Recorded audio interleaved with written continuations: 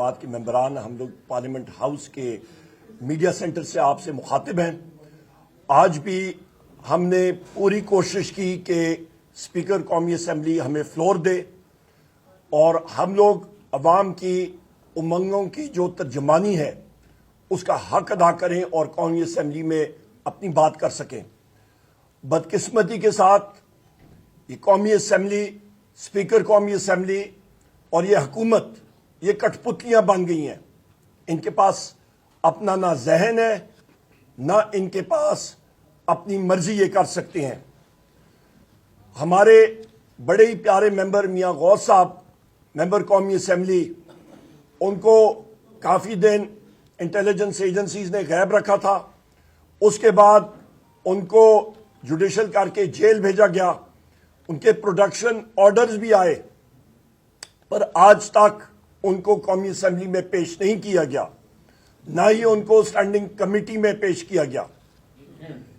اس کے ساتھ یہاں پہ ہمارے ساتھ چنگیز کاکڑ صاحب، ایڈوکیٹ صاحب موجود ہیں۔ ہمارے باقی وکلاء حضرات پورے پاکستان سے آج اسلام آباد آئے، ان کے اوپر لاٹھی چارج ہوا، ٹیئر گیس شیلنگ ہوئی۔ ان کے ساتھ پولیس نے جو مرسنری پولیس بن گئی ہے، بدماش پولیس بن گئی ہے اسلام آباد پولیس، اور انہوں نے بدماشی کی، انہوں نے زد و کوب کیا ہمارے وکلاء حضرات کو۔ اس کو ہم لوگ شدید الفاظ میں اس کی مذمت کرتے ہیں۔ میرے ساتھ میرے یہاں پہ بھائی، چھوٹے بھائی احمد چٹھا صاحب موجود ہیں۔